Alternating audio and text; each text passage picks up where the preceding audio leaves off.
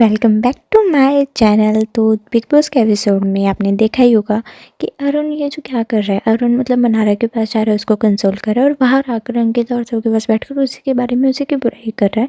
और मन्नारा के फेस पर वो ऐसा बन रहा है कि वो उसका भाई है और वो उसको बहुत प्रोटेक्ट कर लेगा ये 5-6 दिन में, जितने भी दिन बचे हुए हैं उसके लिए।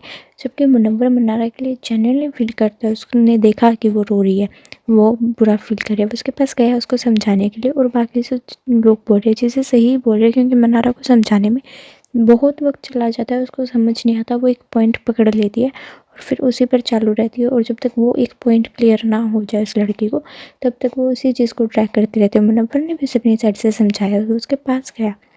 लेकिन बाद में जब किचन में सीन हुआ, जब मुनव्वर ने क्लियरली वो विकी के लिए बोला कि भाई तुम आलसी हो गए, और वो सबको सुना। मन्नारा बहरी नहीं है, लेकिन हाँ शायद वो अपने इमोशंस में थी तो उसने शायद समझा नहीं है, फिर उसने गलत समझ लिया। लेकिन फिर जो ये लोग ये बोल रहे हैं कि उन्हें मुनव्वर को जाकर मन्नारा को ये चीज़ बतानी चाहिए थी कि मैंने तुम्हें नहीं बोला, या उसे ये रियलाइज़ करवाना चाहिए था कि मन्नारा तुम गलत सोच रही हो। मुनव्वर ने वहाँ ठेका लेके नहीं बैठा हुआ है। अगर मन्नारा के 5 दिन बचे उस घर में, तो मुनव्वर के भी 5-6 दिन बचे हुए हैं और उसको भी हक है कि वो ढंग से उस घर में रहे और अपने 5-6 बचे हुए दिन को एंजॉय करे। और रही बात सवालों की, तो उससे भी बहुत सवाल पूछे गए, इवन वहाँ सबसे ही बहुत सवाल पूछे गए अरुण भाई को छोड़कर। लेकिन अगर मन्नारा को पहली बार मन्नारा ने फेस किया, तो कहीं ना कहीं विकी ने भी पहली बार ये सारी चीज़ों को फेस किया। उसकी फैमिली से भी बहुत सारा प्रेशर आ रहा है उसके ऊपर।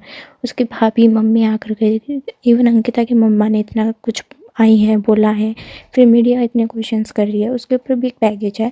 मुनव्वर को इतने पर्सनल क्वेश्चंस पूछे गए। ठीक है, उसको आदत नहीं है, किसी को भी आदत नहीं होती और किसी को भी पसंद नहीं होता है।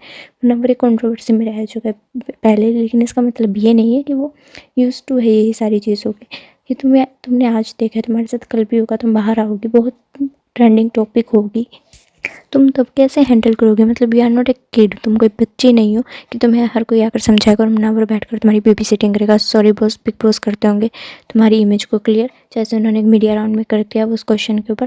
लेकिन मुनव्वर नहीं कर सकता, क्योंकि वो वहाँ तुम्हारा ठेका लेने के लिए नहीं है। मुनव्वर ने एक बात एकदम सही बोली, जो समझना है समझो, जो नहीं समझना है मत समझो, वरना भाड़ में जाओ।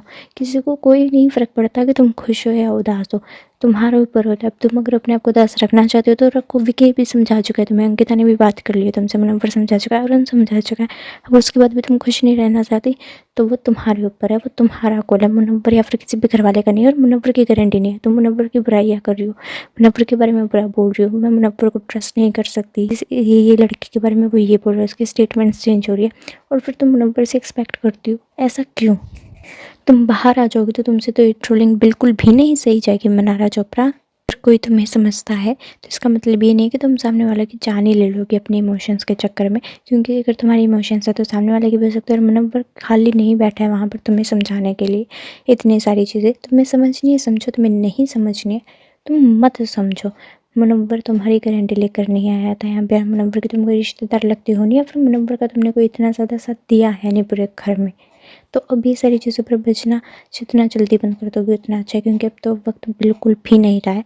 और एलिमिनेट तो विकी जैन हो ही चुके हैं बिग बॉस के घर से। ये तो आपको पहले भी मैंने बता ही दिया था कि विकी जैन एलिमिनेट हो चुका है। और बिग बॉस एंजॉय करो जितना बचा है। चैनल को सब्सक्राइब कर लो। बाय।